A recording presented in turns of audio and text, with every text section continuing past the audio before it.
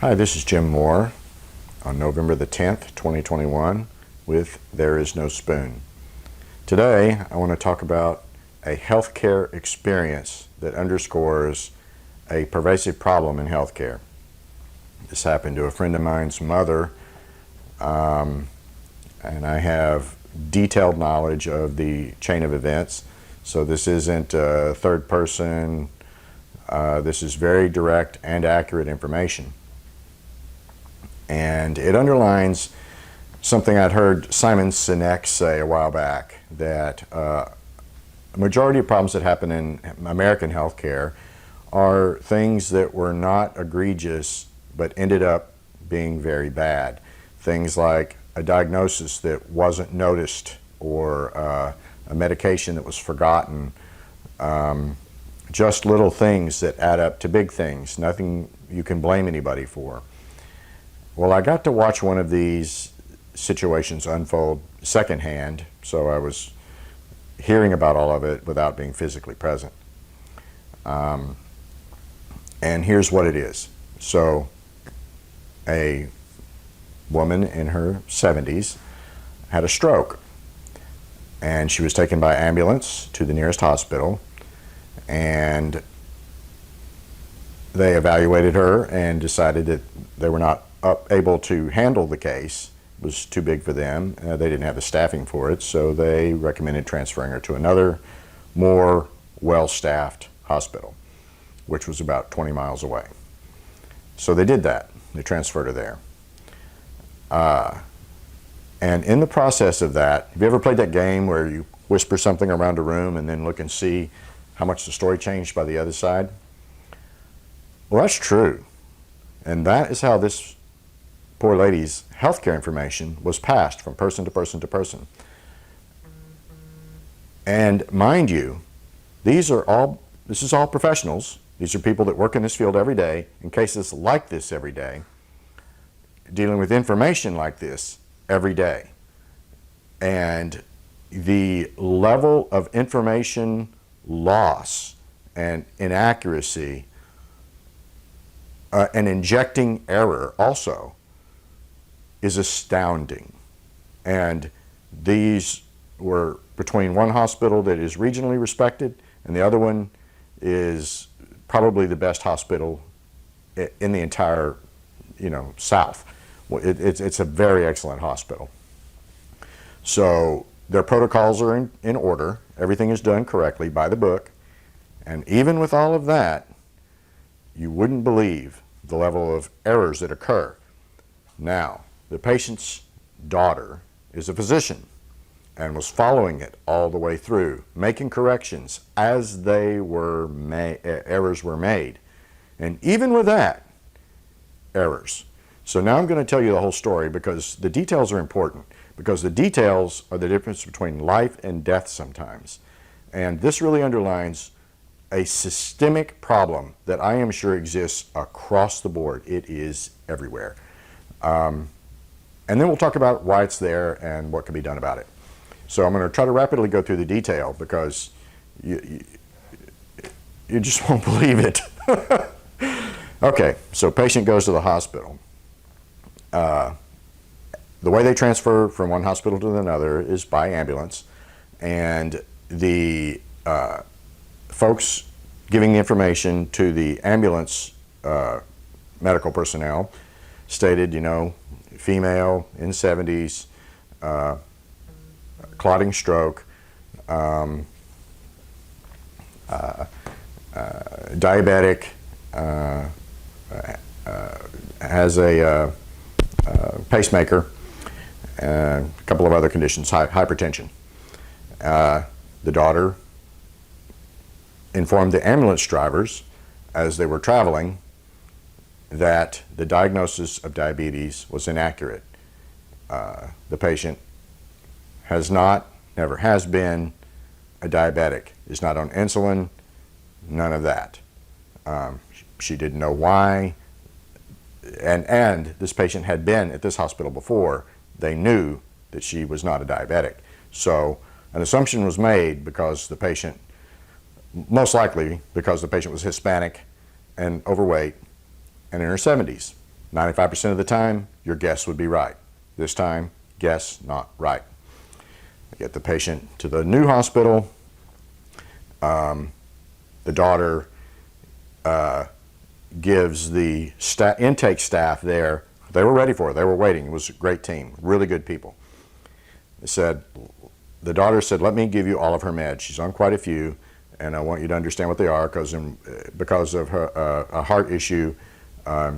She had typically been on a blood thinner, but with a stroke, you don't want to give a blood thinner, especially if you're going to try to remove some of the clotting because of the risk of bleeding. So, but they needed to know that she was typically on that and be aware of that. Anyway, she went through the list, and it was a sizable list of medications. And they checked her in, started treatment. Get her to the exam room.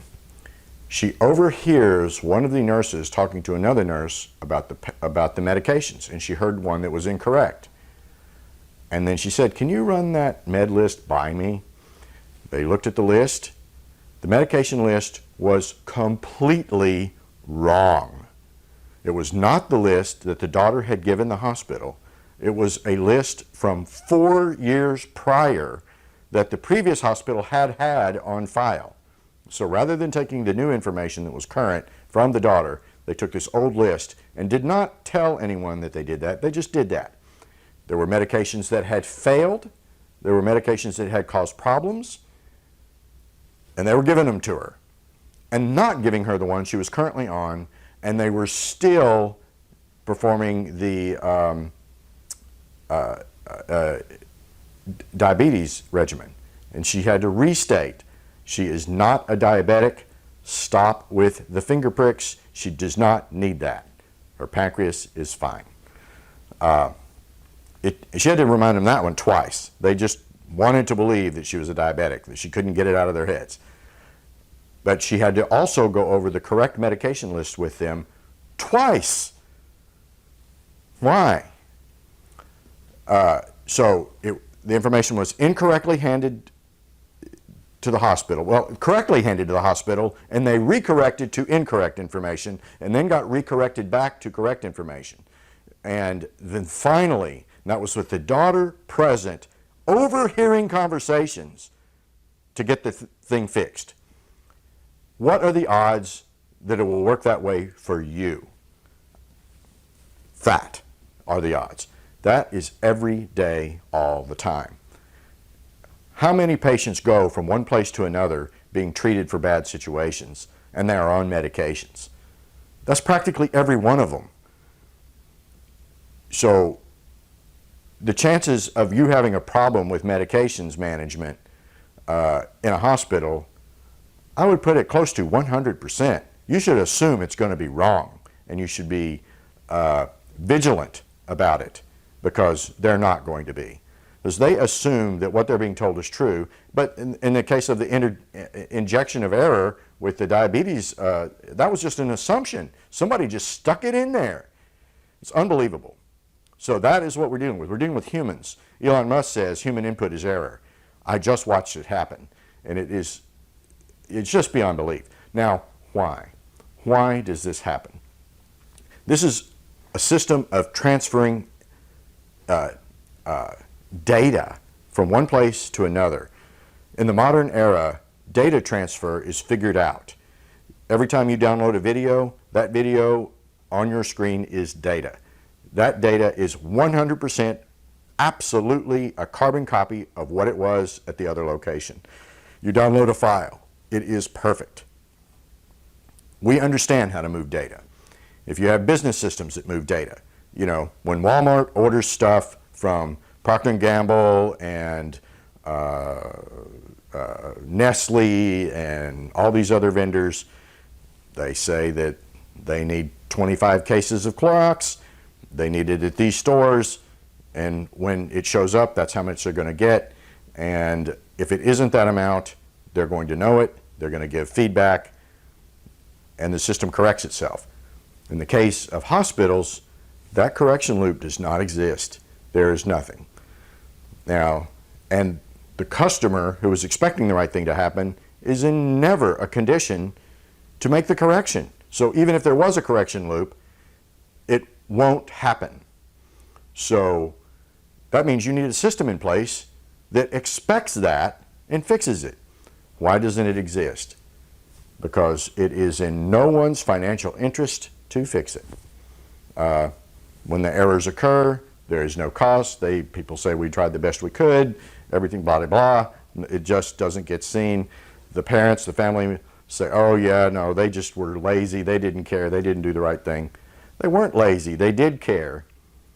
But the system has a designed-in human inefficiency that it has not raised to the level of alarm to address. And in my opinion, there should be an alarm on this.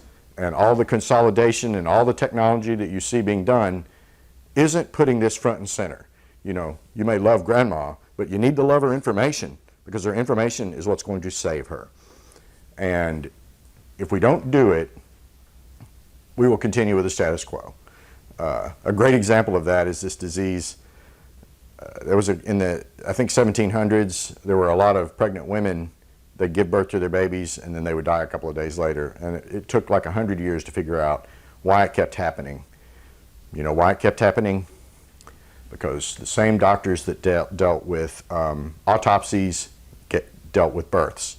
And they did not wash their hands. They did autopsies in the morning. They did births in the afternoon.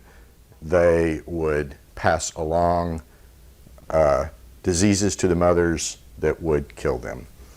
They just didn't know. That was an easy correction. Today, in the information age, this is a completely unnecessary error. And the systems in place have no motivation to address it. You know, if you go to a hospital and say, well, it's not even the hospital, it's between partners. You know, so you've got the ambulance, you got hospital A, you got hospital B. How do you get this right? One suggestion has been that these health information exchanges would be the key. I disagree with that. I think that there needs to be a different system that allows you to go to original source information, and when you look up the person by whatever ID, you can pull from all the locations where they get those medications she was on were written by doctors and on a date, and they went through a service. That information can be pulled, and it's current. You don't need a med list. You need a prescription list. Current conditions. That doctor is seen, that patient is seen by a doctor. The doctor is known, especially if they're Medicare. You can go directly to their medical record software and pull recent information, and the doctor would know it and release it, and you would go. That is completely within possibility today, and there's no reason other than lack of political will, really, to make it happen. And I hope that we do see that in the near future. And I even plan to propose a design for this, and perhaps it'll get some attention. Thank you very much.